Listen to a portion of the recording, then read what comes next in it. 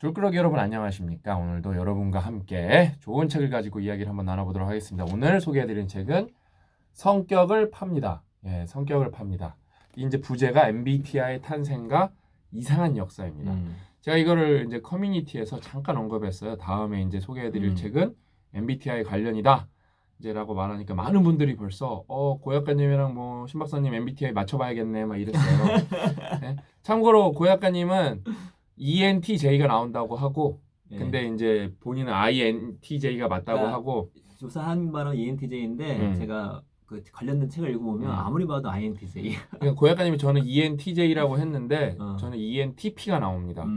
근데 이제 그거에 대해서 저희가 좀 자세하게 말씀드릴 거예요. 오늘 이거 되게 이 책이 이제 이름 좀 성함이 어려워서 메르베 엠네 박사님이자 이제 옥스포드 이제 세계 최고 명문이죠. 옥스포드 대학교 교수님이 영문학과 교수님이 쓰신 건데 이분 자체가 되게 슈퍼 인텔리예요. 예, 엘리트예요. 그러니까 하버드에서 학사하고 예일에서 석박사 받아서 아이비리그에서만 뭐 쭉 공부를 하셨고 그 다음에 이제 그 영문학과 교수님이 쓰셔서 그런지 책을 정말로 뭐 이런 논픽션 그러니까 논픽션임에도 불구하고 픽션 같이 잘 써셔서 여기 그러니까 제가 이렇게 평가를 항상 보면은 누가 평가했나 보거든요.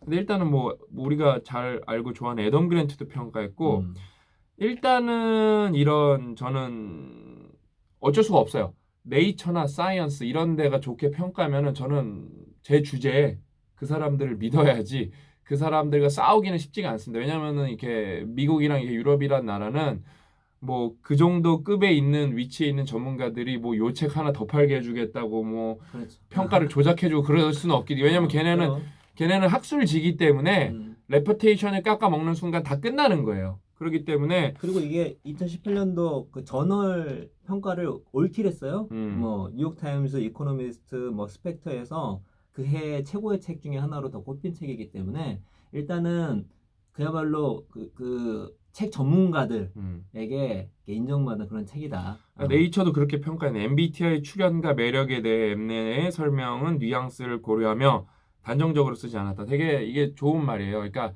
MBTI가 좋다, 나쁘다 그렇게 쓴 게 아니라 MBTI가 어떻게 탄생을 했나 그거를 목숨까지는 아니고 신변의 위협을 받아가면서 조사를 했어요. 왜냐면 이게 너무 큰 미국에서는 2조짜리 뭐 20억 달러라고 하니까 2조짜리 비즈니스이기 때문에 우리나라에서는 어느 정도인지 모르겠는데 아무튼 뭐 미국에서는 어마어마한 서구권에서는 어마어마한 규모의 비즈니스라서 그거에 이제 신변 위협을 받아가면서 영문학 교수님이 쫙 서사를 쓰신 거예요 이거에 대해서. 그래서 MBTI라는 도구의 기원과 역사를 통해 이 도구가 보여준 놀라운 파급력과 영향에 관한 세심한 조사가 설득력 있는 이야기를 만들었다. 아무튼 되게 잘 쓰셨어요. 근데 이게 제가 냉정하게 말하면은 이게 2018년에 뉴욕타임즈 평론가 선정 이게 한 20권 정도 선정할 거예요. 그렇죠? 그때도 최고의 책으로 뽑혔고 그다음에 또 제일 이제 깨시민들이 많이 보고 수준 이제 좀 글 좀 읽었다는 사람들이 많이 보는 이제 저널이죠. 이제 신문이죠. 이코노미스트에서도 2018년 최고의 책으로 뽑혔어요.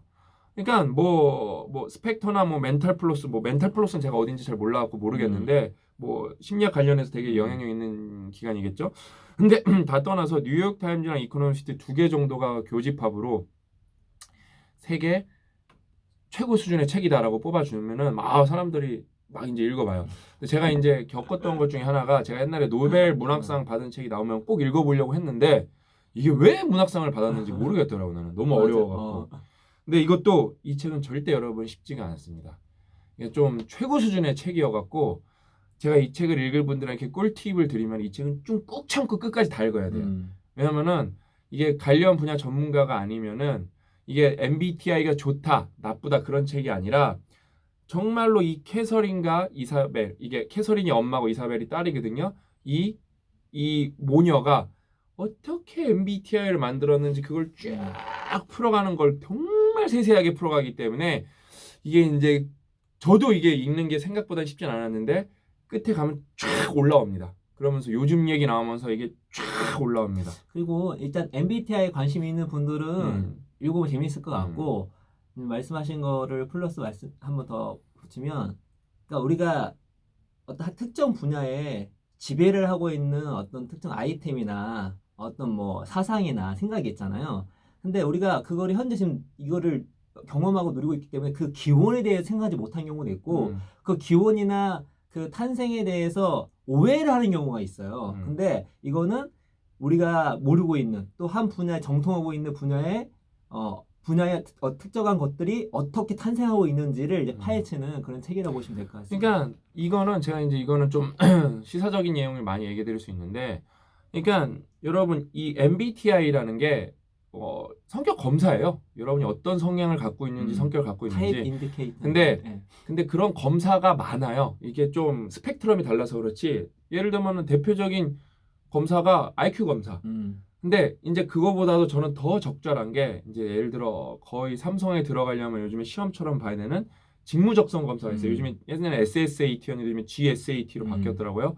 그거 보면은 이름이 그게 진짜 나는 MBTI 이야기하면서 가장 서두로 꺼내기 좋은 얘기라고 봐요. 왜냐면은 삼성 직무적성 검사인데 어떤 직무에 적합한지 검사하는 건데 내용을 딱 보죠.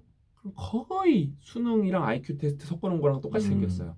수능이랑 IQ 테스트는 성공하고 똑같아서 그냥 왜 그러면 걔네들이 직무 적성을 검사한다 그래 놓고 왜 IQ 테스트를 하느냐? 그걸 여러분이 알아야 돼요.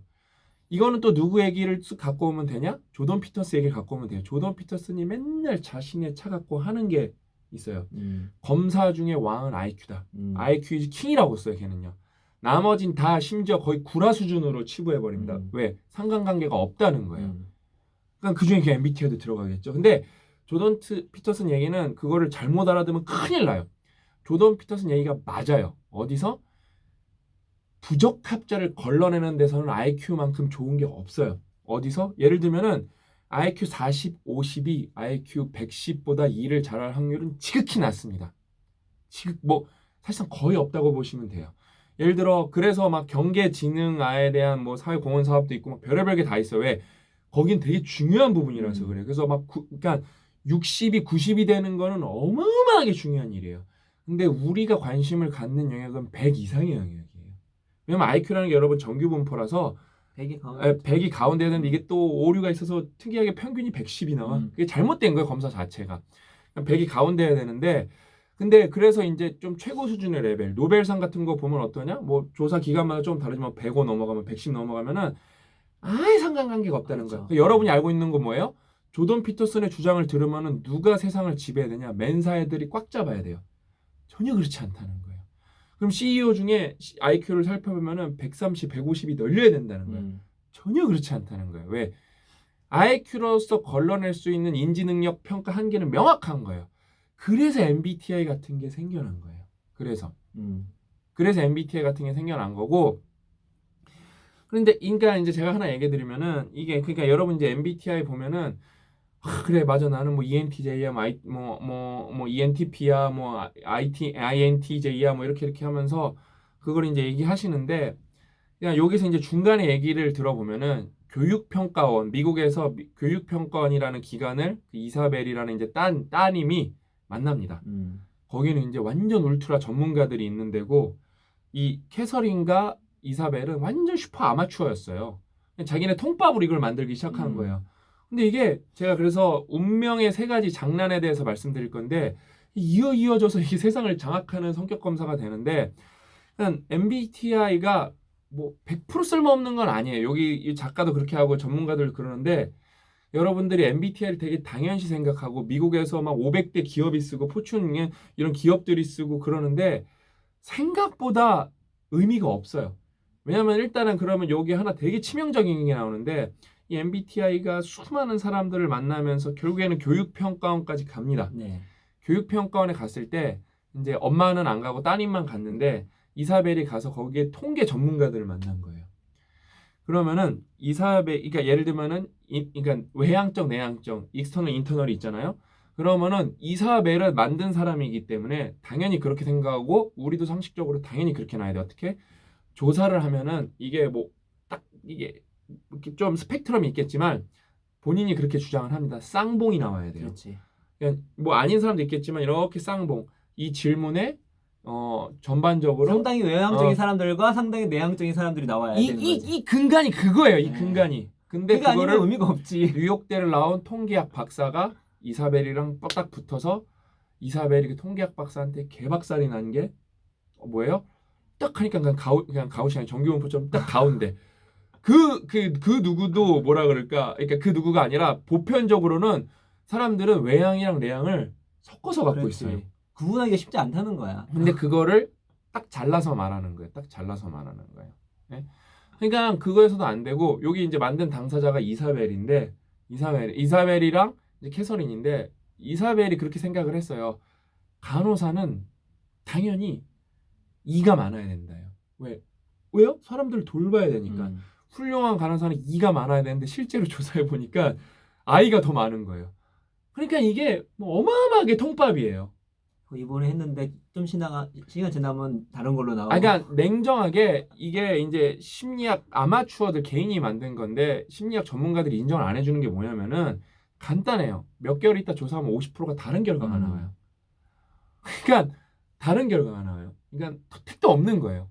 근데 이게 되게 위험한 게 뭐냐면은 저도 이거 고등학교 때 받아본 것 같아요. 고등학교 저는 때 한 5번 받아봤어요. 근데 이거를 상대로 막 직업 설계를 해줘요.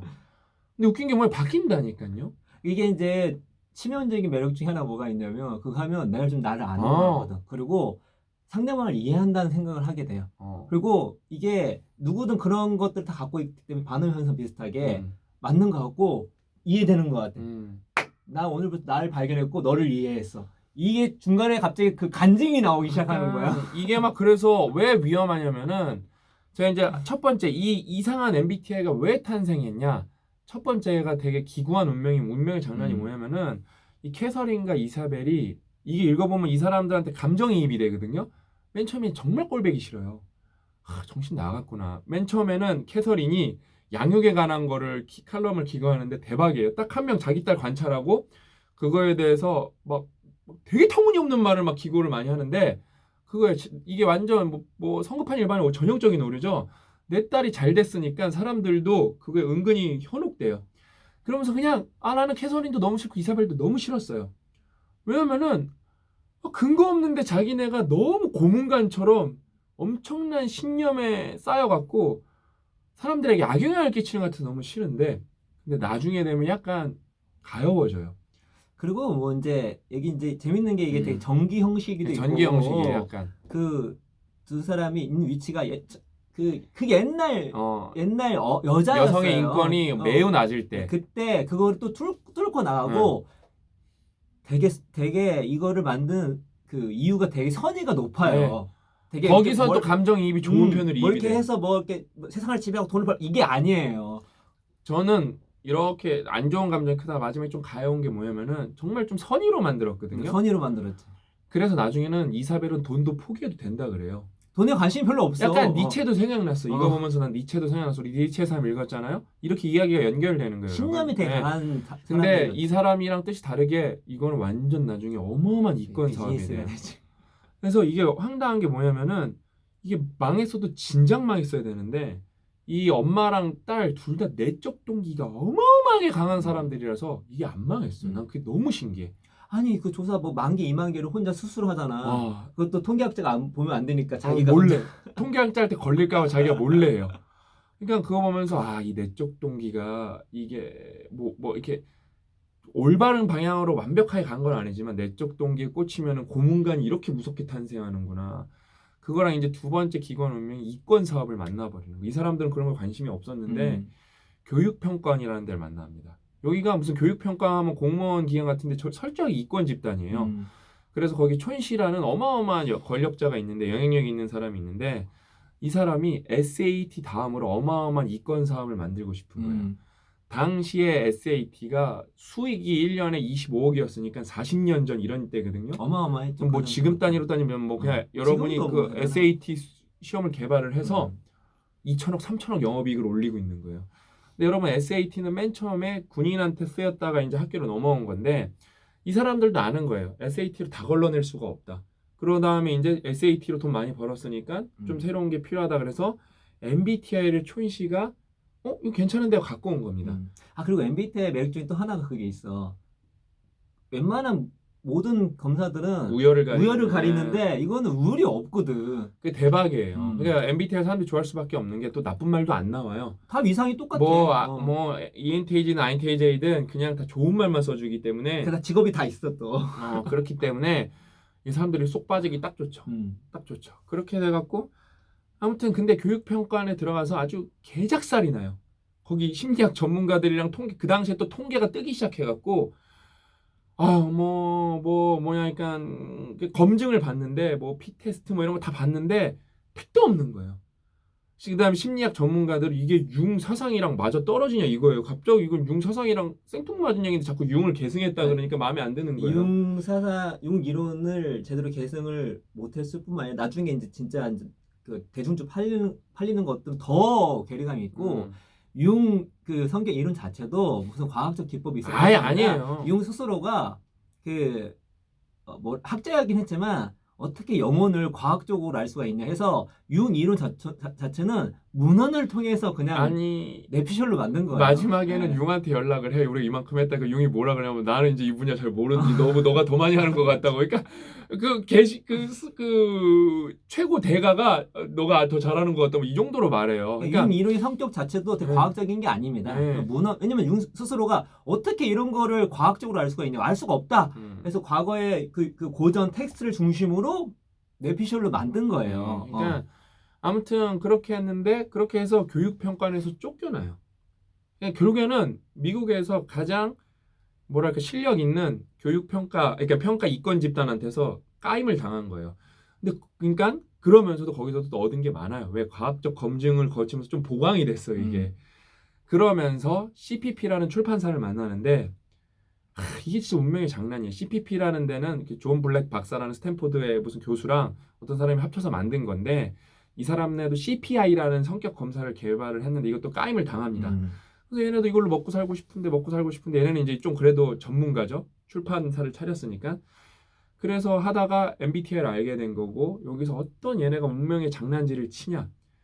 이게 더 복잡해져도 검사 결과가 신빙성이 올라갈까 말까인데 이거 사람들이 헷갈려 하니까 더 간단하게 만들자 이래서 그걸 간단하게 만들어버려요. 거기서 라면 스프 들어간 거죠. 마법이 펼쳐지면서 사람들이 다 쉽게 이해하게 된 거예요. 라면 스프 좋다. 네. 이게 거의 준 사기급으로 가는 거예요. 그러니까 맞아, 라면 스프가 사기거든. 준 사기급으로 가는 거예요. 그러니까 CPI라는 게 너무 복잡해서 실패하니까 그러니까 이게 검증 툴이 필터가 많았음에도 제대로 사람들은 성격 검사를 못했어요. 근데 자기네가 실패해보니까 이게 더 단순해야 돼. 그래서 더 단순하게 만들어서 MBTI 사람들 세상에 빵 터트려 버리는 겁니다. 그러니까 예를 들어 그러니까 이권 집단을 안 만났으면은 이게 세상에서 이렇게까지 내가 ENTJ나 TP나 이런 말이 퍼졌을까? 그러니까 그 다음에 이제 마지막 운명의 장난이 진짜 운의 연속이거든요. 캐서린이라는 엄마가 이사벨이라는 딸이 없었으면은 일단 이건 캐서린에서 끝나서 우리가 못 봤습니다. 그다음에 이사벨이 소설로 돈을 좀 벌었는데 그러면서 묘사 평가 능력이 뛰어나요. 그런 능력이 없었고 그다음에 두 번째 소설을 더 열심히 써서 잘 됐으면 과연 이걸 했을까? 거기만 됐어도 만약에 소설가로 나갔으면 또 끝납니다. 근데 이사벨이 그다음에 이렇게 자기가 또 고분분투해서 하는데 자기 친구 남편이 이런 걸로 회사를 차려요. 헤이라는 사람이. 그래서 거기에 무급으로 일하고 했다는데 또 돈까지 줘요. 그래서 거기가 잘 됩니다. 만약에 그 남편 친구가 헤이가 없었으면 이게 잘 됐을까? 그다음에 교육평가원을 만나지 않았으면 이게 잘 됐을까? 그다음에 CPP라는 데를 만나지 않았으면 이게 잘 됐을까? 그다음에 이거를 만든 당사가 MBTI를 만든 당사자가 캐서린이랑 이사벨인데 이 사람들이 아니라 이거를 폭발시키라는 사람 메리라는 아마 그분은 심리학 석사까지 했을 거예요. 여자분이에요.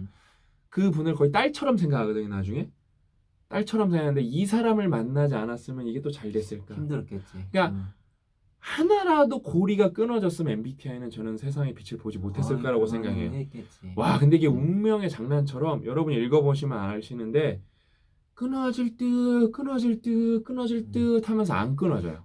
말씀하신 어마무시한 그 내적 동기와 그 모녀애 플러스 여러 가지 운적인 요소가 잘 정말 블렌딩이 돼가지고 탄생한. 그러니까 여러분 혈액형도 다 뻥이거든요. 그러니까 아직도 그런 분들 있어요. 제가 뭐 하면 박사님 혈액형 뭐예요 이렇게 물어봐요.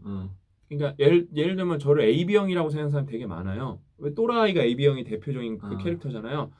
그럼 택도 없어요. 그 혈액형 일본에서 만들어낸 진짜 미신 오브 미신이에요. 그렇죠. 진짜 상관관계 검증된 적 한 번도 없고. MBTI 또 그 논리 중에 그게 있어. 혈액형은 그거 아니야 그거야. 근데 4개잖아. MBTI 16개야. 훨씬 더 다양하잖아. 그러니까 여러분 이 유튜브 영상 제목이 그러니까 세상을 더 깊게 들여다보는 법. 그래서 여러분 세상을 더 깊게 들여다보려면은 이걸 되게 당연시 생각하고 학교에서도 이걸 당연시 검사하고 있고 더 큰 문제는 뭔지 아세요? 여러분이 MBTI를 이렇게 해서 나도 받아봐야지 검색해서 하는 거는 실제로 그거를 오피셜하게 운영하는 기관이 MBTI가 아닌 경우가 대부분이고 대부분이지. 유사 MBTI예요. MBTI도 문제가 많은데 심지어 유사 MBTI를 하고 있어요. 그냥 이게 뭐 개판 5분 전이에요, 그냥요. 개판 5분 전. 그러니까 이게 이제 말씀드리면 저 같은 경우는 처음에 이거를 아무리 비판적 그게 없었어요. 그냥 5번 받았겠죠. 지금 교회에서 많이 하고 하니까 나중에 이제 관련된 거 진짜인가 알아보기도 하고 나중에 또 이런 책을 읽으면서 이제 알게 되는 것인데 MBTI를 이렇게 하다 보면은 자기 일 자신을 잘 알고 남을 이해했다는 착각과 더불어 그게 다 고정이 딱 되잖아. 근데 사람은 그렇게 단순하지가 않잖아요. 근데 그 고정된 사 안에서 이제 몰입하게 되면 그거를 판단하게 돼요. 그러니까 내가 다른 걸 할 수 있음에도 불구하고 그게 나를 솔직히 고정형 사고방식 비슷하게 나를 얽매는 거지. 또 다른 사람을 판단할 때 딱 그 틀로 판단하는 거야. 혈액형을 판단하시 역시 B형, A형 하듯이 너는 ISTJ 이렇게 판단한다는 거죠. 왜냐면 제가 ENTJ인데 우리 그 와이프가 ISTJ예요. 그걸 얘기를 많이 했어요. 맞다, 넌 맞다 이렇게 많이 꿍꿍짝짝 많이 했었어. 근데 살아보니까 아니야. 되게 문제가 뭐냐면은 멜이랑 이사벨이 나중에 합쳐갖고 이제 이사벨이랑 할머니 됐고 멜이가 합쳤을 때 뭐 이렇게 퍼뜨리고 싶은데 처음으로 인정을 받게 된 게 결혼 연구소예요. 그렇지. 되게 위험한 거예요, 여러분. 그러니까 뭐예요? 저 사람 천생 배필인데 쟤는 ENTJ랑 안 맞으니까 여러분 결혼하면 안 됩니다. 뭐 이런 말 나와버리는 그러니까 거예요. 이런 거야. 우리 사이에 불화가 있는 걸 알았다는 거야. 성격 차이 때문에. 근데 알고 보니 그게 아닐 확률이 높거든요. 일단 통계 검사에서 그게 아니라니까요. 다 우리는 거의 대부분이 가운데 몰려 있는데 뭐 이상하게 나눠놓고 그거 갖고 결혼하면 안 된다. 이것 때문에 불화가 온다. 이런 말을 하고 있는 거예요. 엄청 그러니까 위험한 발상이죠. 그냥 저는 이 책이 여러분 이 책이 이제 여기까지 영상을 보시면 진짜 찐좋을 거니까 제가 다시 한번 설명해 드리면은 이코노미스트랑 뉴욕타임즈 이런 데가 미쳤다고 최고의 책으로 찍지 않는데 그렇다고 그러면 막 재밌는 책이냐 그렇지 않은 경우가 대부분이에요. 되게 어려워요. 일단 MBTI에 관심이 없으면 뭐 엄청나게 재밌다 말하기가 쉽지는 않긴 근데 하지. 꼭 참고 이거를 다 읽어보세요. 그러면은 그러면 한번 생각해보세요. 얘네가 이걸 왜 최고의 책으로 찍었을까? 그러니까 왜냐면은 이걸로 세상에 망가지는 사람도 지금 너무 많이 있고 망가질 사람도 너무 많이 있고 망가진 사람도 너무 많을 거고 그 다음에 이 성격 검사라는 게 얼마나 중요한 건지 그 다음에 기업 입장에서 이게 얼마나 중요한 건지 예? 그러니까 왜 삼성은 직무 적성 검사를 하면서 IQ 테스트를 여전히 하고 있는 건지 요 정도를 하고 나면은 저는 이거 마지막에 좀 80%까지는 소소하게 읽다가 예? 그냥 진짜 막 터올려서 이런구나 그 다음에 여기 마지막에 또 설명이 잘 나와요. 요즘에는 질문이 아니라 여러분이 선택한 걸로 그러니까 질문에 답하는 건 되게 어려운 건데 여러분이 무의식에 선택한 데이터들이 많아요. 저는 그거 보면 좀 테크 심리학이 생각나더라고요. 거기서 요즘에는 보수인지 진보인지 그 데이터가 많아지면 판별이 돼요. 그래서 요즘 친구들은 사실 이런 거보다 내가 평소에 뭘 했냐에 대해서 오히려 성격 검증이 더 잘 됩니다. 오히려 내가 질문에 답하는 거는 왜곡이 일어나요. 내가 이런 사람이었으면 하는 바람이 들어가기 때문에. 그래서 옛날에는 이런 게 빅데이터라는 게 없어갖고 그런 게 됐지만 요즘에는 생각보다 데이터가 많아서 오히려 더 엄밀한 성격 검사가 가능한 시대가 됐습니다. 그래서 중간에 그 누군지 까먹었는데 이런 조언도 하잖아요. 이거를 성격 검사가 아니라 선호 검사로 바꾸자 이름을. 근데 딱 이사벨이 거절을 하죠. 택도 없는 얘기하지 마라. 우리 이렇게 사람을 이렇게 결정되는 건데 뭘 이걸 위험한 발상이에요. 왜냐면 근데 해서 그 아웃라이어 그 말콤 글래드웰이 한참 동안 얘기했던 내용이 뭐냐면 우리가 알고 있던 고정적이라고 생각하는 많은 것도 실제는 상황적이라는 거죠. 그러니까 성격이나 행동 이게 성격 검사하는 이유는 이 사람이 앞으로 어떤 행동을 할지 예측을 하는 거건데 그 예측에 있어서 이 사람이 타고난 것보다 오히려 상황적인 그 요인이 되게 크다는 걸 얘기하는 게 마이클 굴렌이 한 책이거든요. 아웃라이어도 그렇고 실제로 우리가 외향적으로 생각했는데 상황 따라 내향적이 될 수가 있는 거예요. 여기 이제 기준을 따르면은 고정된 게 아닌 거지. 이 책은 뭐 예를 들어 정말 수준 높은 책이고 진짜 왜냐면은 저랑 고약가님 심리학 전문가 아니기 때문에 심리학 전문가는 최고수들이 평가한 최고의 수준의 책이고 이 책은 저는 이제 아마추어로서 비전문가로서 읽었을 때 뭘 하나 얻었죠? 일단 MBTI 자체를 비판적으로 바라본다는 거예요. 그러면서 누가 그런 걸로 의사결정할 때 우리는 그거에 따르지 않는다는 저는 거예요. MBTI를 좋아했었어요. 네, 나한테 맨날 네가 ENTJ야. 나는 그게 뭔 말인지도 모르고 정말 농담 안 하고 저한테 이게 정말 관심이 많았고 작가님은 저한테 ENTJ라고 맞더라고요. ENTP까지 나왔으니까. 저는 이제 워낙 좋아해서 검사만 받은 게 아니라 관련 책을 좀 많이 읽어봤어요. 나한테 그래서 나는 들었었어 고 작가님한테. 나는 왜냐면 이게 고등학교 때도 받았던 걸로 기억나고 어디서 또 받았던 걸 기억나는데 워낙 관심이 없어서 대화하기가 편하거든. 이거 대화하기 되게 편해. 근데 아무튼 이게 정말 최고 수준의 책이고 정말로 제대로 한번 읽어보셨으면 좋겠어요. 그래서 인생에서 이런 전문가들이 알려주면서 MBTI라는 게 여러분 인생을 누군가 인생을 바꿀 수도 있는데 그거에 대해서 조금 더 객관적으로 하나만 말씀드리면 저처럼 MBTI를 좋아하고 믿었던 그런 분이 지금 믿고 계신 분이 있을 수 있어요. 근데 우리가 성장한다는 건 무엇이냐면 어떤 합리적인 근거로 비판적인 어떤 내용이 왔을 때 그거를 내가 반박할 수 없다면 아니면 반박할 수 있는 자료가 없다면 그때까지는 받아들이는 게 중요하거든요. 제가 그래요. 처음에 MBTI를 좋아했고 MBTI로 얘기도 많이 했고 영진이한테도 얘기를 했고 너 ENTJ 나는 자기는 INTJ 저는 오히려 심지어 저는 검사를 5번 했는데 다 똑같이 나왔어요. 그러니까 더 믿었지 나는. 근데 공부할수록 아무리 봐도 여기 나온 대로는 난 I거든. 그런 게 운명의 장난이야 진짜. 나 이거 보면 나 I거든. 저는 INTJ로 알고 있었는데. 그러면 고약관이 대단한 거야. 그거를 믿으면서 그거를 굴절적으로 한다면 고약관이 대단한 거야. 한번 누가 샀어.